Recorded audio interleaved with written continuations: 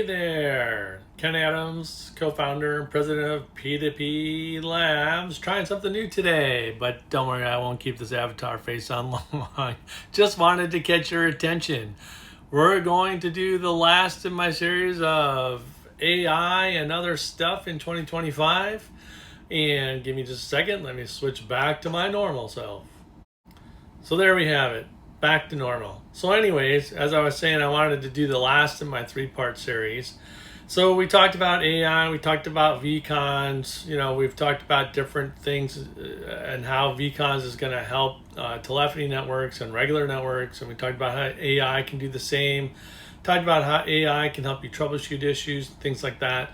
But what I wanted to talk about today is kind of like the everyday uses of AI, because I think a lot of times, especially owners, telecom, CSP owners, MSP owners, stuff like that, we all think in technical terms, right? For the most part.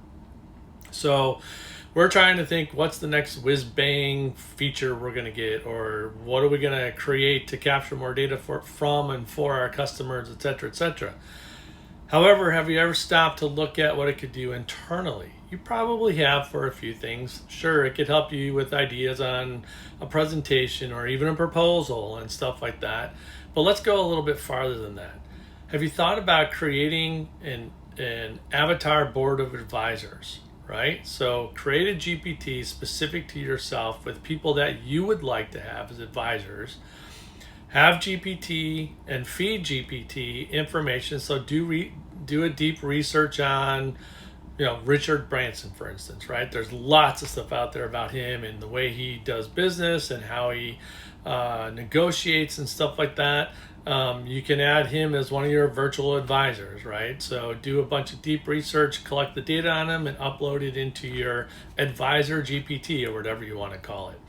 And you can have multiple of them. Now, the cool part with that is I've kind of played around with that. I've got some industry people, well known, that we would all know in this industry, that I did a deep research on, and I have some not so well known people that I did deep research on. And in the cases where there's not a lot of public information or information out there from articles they've written or something like that, you actually have to go a little bit further, add LinkedIn and some other stuff. In fact, you might even need to do an interview with that person if you want them to be a virtual board member for you.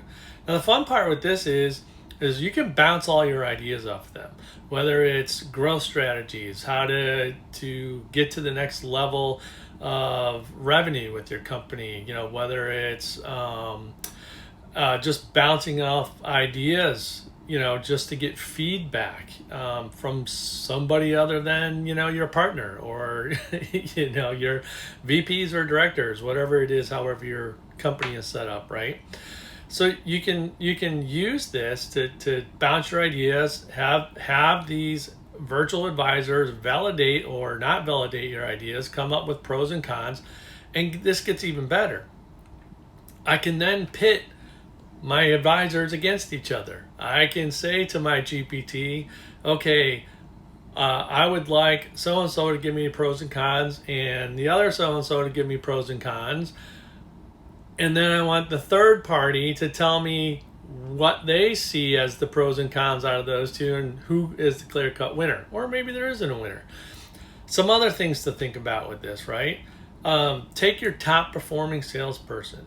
Get everything you can about how they do their job. Interview them. Get all the information from their deals and time to close and all that good stuff. And create a salesperson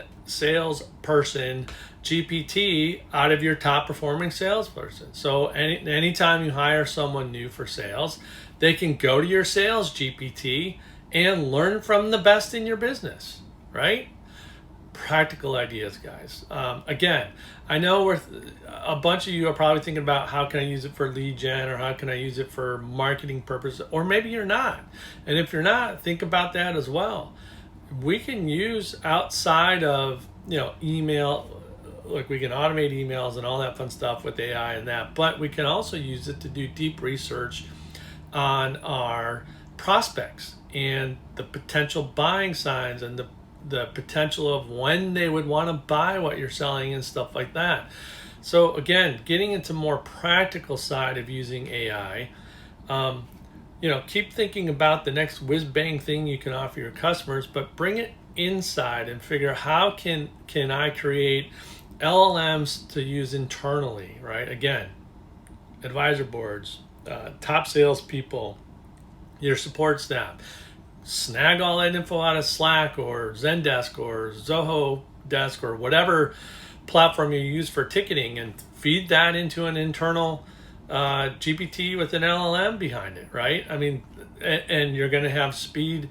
We talked about this earlier, but it's going to speed up your troubleshooting for your techs and stuff like that. And it's going to capture that knowledge of your top techs, which we know is almost near impossible to get them to take good notes and actually, write resolutions out and all that kind of stuff. Maybe some of you are lucky and you have techs that do that, but in my experience, it's very hard to get the top techs to actually write things out. So, or even teach the the lower end techs on what they're doing and how they do it and why they do it and the steps they do it in.